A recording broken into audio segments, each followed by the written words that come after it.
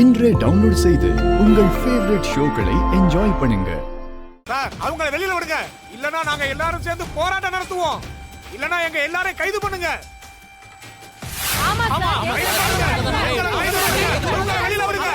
கைது பண்ணுங்க சார். கைது பண்ணுங்க சார். இவங்கள தூண்டி விட்டுருக்காங்க சார். எல்லாரையும் முதல்ல வெளியே வரட்டுங்க. இல்லைங்க, ஊர்க்காரங்க எல்லாம் கூட்டிட்டாங்க. இதுல லா அண்ட் ஆர்டர் ப்ராப்ளம் வரும். இதுக்கு மேல என்னால எதுவும் பண்ண முடியாது. நான் ஜட்ஜி கிட்ட பேசிதான் ஆகணும்.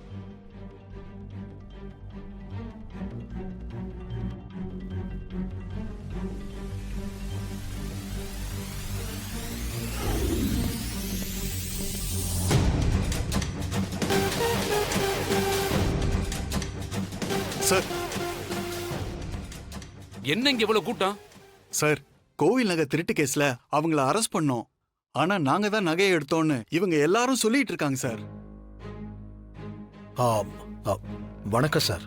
கேள்விப்பட்ட ரகுராம், உங்க மனைவியை தான் அரெஸ்ட் பண்ணிருக்காங்கன்னு. ஆமா சார், என் மனைவி எந்த தப்பும் பண்ணல சார். அவ மேல அபாண்டமா பழி சுமத்திருக்காங்க.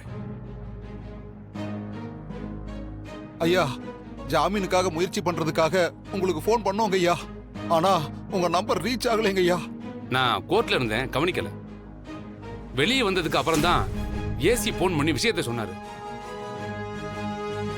என் வீட்டுக்கு தான் நியாயம் எப்படி வர சொல்லியிருக்கணும்.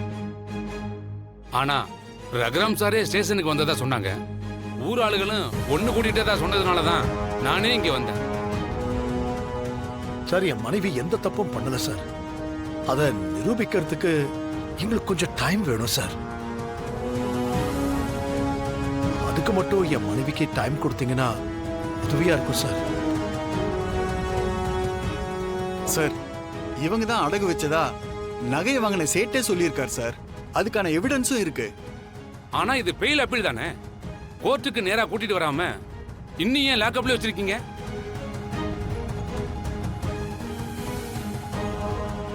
அவங்களுடைய பெயிலுக்கு ஃபார்மாலிட்டிஸ் எல்லாம் ரெடி பண்ணுங்க. அவங்கள வெளியில விடுங்க.